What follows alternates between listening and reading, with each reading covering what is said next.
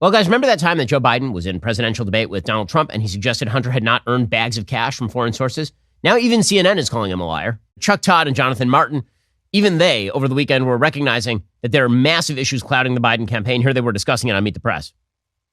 I think Biden has basically got three issues where he's not figured out what to say. Okay, one is obviously the questions about Hunter Biden, his son. The other is what to say about the investigations into Donald Trump. And the third is about his age. Those are three massive issues that are sort of clouding his reelection campaign, and he's not figured out what to say about it. And the one that, of course, is true. And even other members of the media are noticing that Hunter Biden and Joe Biden are liars. So, for example, Jake Tapper on CNN, he was like, you remember that time when Joe Biden said that Hunter did not receive Chinese money? That was not true. Kessler wrote Hunter Biden reported nearly $2.4 million in income in 2017 and $2.2 million in income in 2018, most of which came from Chinese or Ukrainian interests. But this directly goes against what Joe Biden said in the debate in 2020 with Donald Trump. Take a listen. My son has not made money in terms of this thing about what are you talking about? China. Once you None became of that vice is president, true. he made a fortune in Ukraine, in China, in Moscow, That is simply and various not other places. true. So it's from two different debates, but I mean, Trump was right. I mean, he did make a fortune from China and Joe Biden was wrong. Now, normally you would call that Joe Biden being a vicious liar. He is a penny anti-criminal. He has been a penny anti-criminal his entire political career. Like, his entire career is just littered with him obtaining goodies for members of his family. We're talking about everybody ranging from his sister to his brothers Frank and Jim to his sons Beau and Hunter. Everyone around Joe Biden has become richer because Joe Biden was in the United States Senate. There's just no question about this. Well, now it seems that things may get ugly for Joe, not because of the stuff that he did for Hunter, but because of the one time he couldn't pull it off for Hunter. According to Politico, Hunter Biden's lawyer is now threatening to put Joe Biden on the stand. It was Halloween of 2022, and Hunter Biden's lawyer, Chris Clark, didn't sound happy. Just 3 weeks earlier, news had leaked that federal agents believed they had enough evidence to charge his client with illegally buying a gun as a drug user. The leak was illegal, the lawyer wrote to the U.S. attorney overseeing the probe. The prosecution, he argued, would be seen as purely political. It might even violate the Second Amendment. Then he issued a warning. If the Justice Department charged the president's son, his lawyers would put the president on the witness stand. President Biden now unquestionably would be a fact witness for the defense in any criminal trial, Clark wrote in a 32-page letter reviewed by Politico. That letter, along with more than 300 pages of previously unreported emails and documents exchanged between Hunter Biden's legal team and prosecutors, sheds new light on the fraught negotiations that nearly produced a broad plea deal. That deal would have resolved Biden's most pressing legal issues, the gun purchase and his failure to pay taxes for several years, and it also could have helped insulate Biden from future prosecution by a Republican-led DOJ. The documents show how the deal collapsed, a sudden turnabout that occurred after Republicans bashed it and a judge raised questions about it. The collapse renewed the prospect Biden will head to trial as his father ramps up his 2024 election bid. So what exactly happened here? Well, apparently the documents provide a detailed behind-the-scenes look at how the two sides came to the brink of a plea deal. It was a sweetheart deal, no question. It blew up when the judge saw the sweetheart deal and said, I've never seen anything remotely like this. It was very obvious that David Weiss and the DOJ were cramming down a sweetheart deal.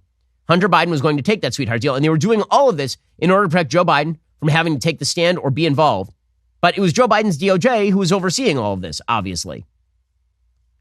According to the documents, by April 26, 2022, as Hunter Biden's lawyers convened with prosecutors, they had one big concern: taxes, specifically whether prosecutors were going to charge him with failing to lawfully pay those taxes from 2014 to 2019.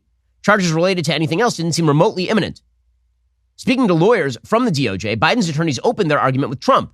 In light of Trump's ceaseless demands for an investigation of Hunter, charging the younger Biden with tax crimes would be devastating to the reputation of the DOJ, according to Hunter's lawyers. It would look like the department had acquiesced to Trump's political pressure campaign. So the argument that Hunter's lawyers made to the DOJ, which the DOJ then took up, remember, this is also under Donald Trump, was if you intervene right now and you actually prosecute Hunter, it might hurt Joe, and that would look bad for Trump, which is an insane reason not to bring charges. I want to talk to you about Daily Wire's most trusted privacy partner and premier sponsor of the show, ExpressVPN. When you use the bathroom, you always close the door, right?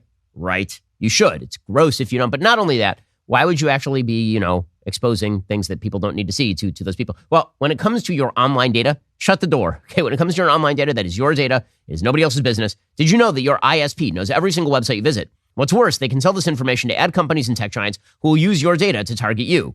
ExpressVPN puts a stop to this. It creates a secure encrypted tunnel between your device and the internet, so your online activity can't be seen by anyone. I use ExpressVPN on all my devices. It works on everything, phones, laptops, even routers, so everyone who shares your Wi-Fi can still be protected even if they don't have ExpressVPN. The best part is, using ExpressVPN, it's as easy as closing that bathroom door. You just fire up the app, you click one button, and now you are protected. ExpressVPN is the world's #1 rated VPN by Mashable, The Verge, and countless others. So, if you're like me and believe your online activity is nobody's business but your own, secure yourself by visiting expressvpn.com/Ben today. Get an extra 3 months free on a 1-year package. That's expressvpn.com/Ben. Visit expressvpn.com/Ben to learn more. While abortion activists offer attacks on the pro-life community and try to ensure the right to end a baby's life, Preborn's network of clinics offer love and life to ensure a baby's safety and well-being. Preborn is a ministry of compassion. When a woman has an unwanted pregnancy, she wants to make the right choice. The pressures of life, people around her are very often telling her the baby's just a clump of cells, no big deal, just get rid of it. Preborn answers that question in the right way. Preborn shines a light into this darkness,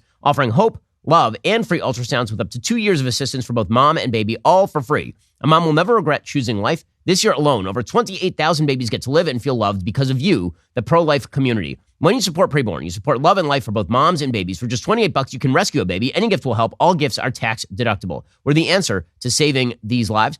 Simple fact of the matter is that these ultrasounds are incredible. You get to know your baby well before the baby is born. Very hard to make the argument it's a clump of cells when you can see the face. To donate, dial pound 250 and say keyword baby. That's pound 250 baby, or go to preborn.com/Ben. That's preborn.com/Ben. Once more, dial pound 250 and say keyword baby, or go to preborn.com/Ben. Biden's lawyers argued the political pressure was itself a compelling reason not to bring any charges.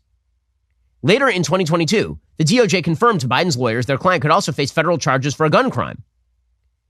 Clark argued the same political pressure meant bringing gun charges would be scandalous. On October 31st, 2022, he wrote directly to David Weiss, the U.S. Attorney for Delaware, overseeing the probe. Weiss had been appointed by Trump. He'd been allowed to stay on during Biden's administration to continue the investigation. Merrick Garland, the AG, had pledged to give Weiss full independence.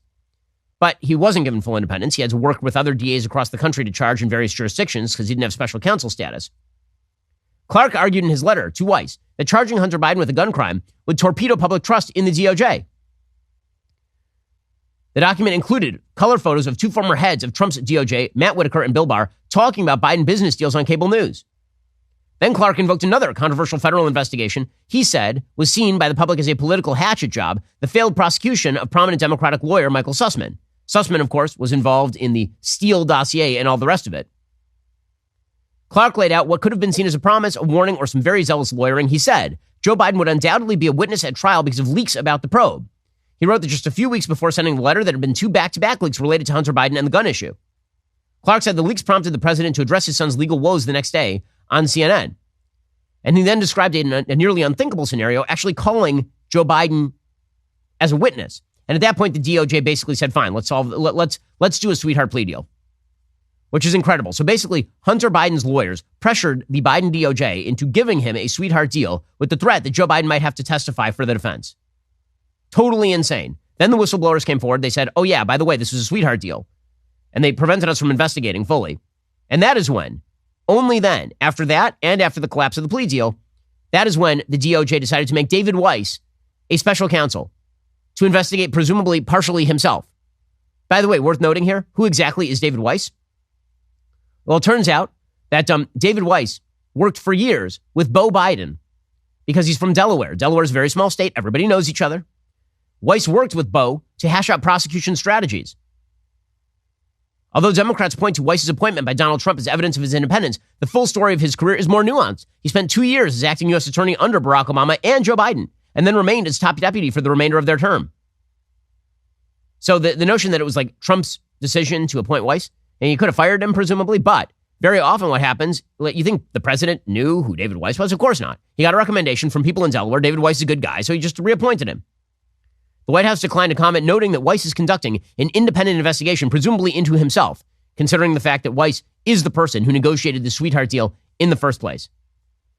This is going to get very, very ugly very quickly for Hunter, for Joe, for everybody else involved. Are you tired of the lies and the twists of the mainstream media talking points? Yeah, me too. Join me in my newest series, Fact, where I dismantle and bring truth to this tiring mainstream agenda.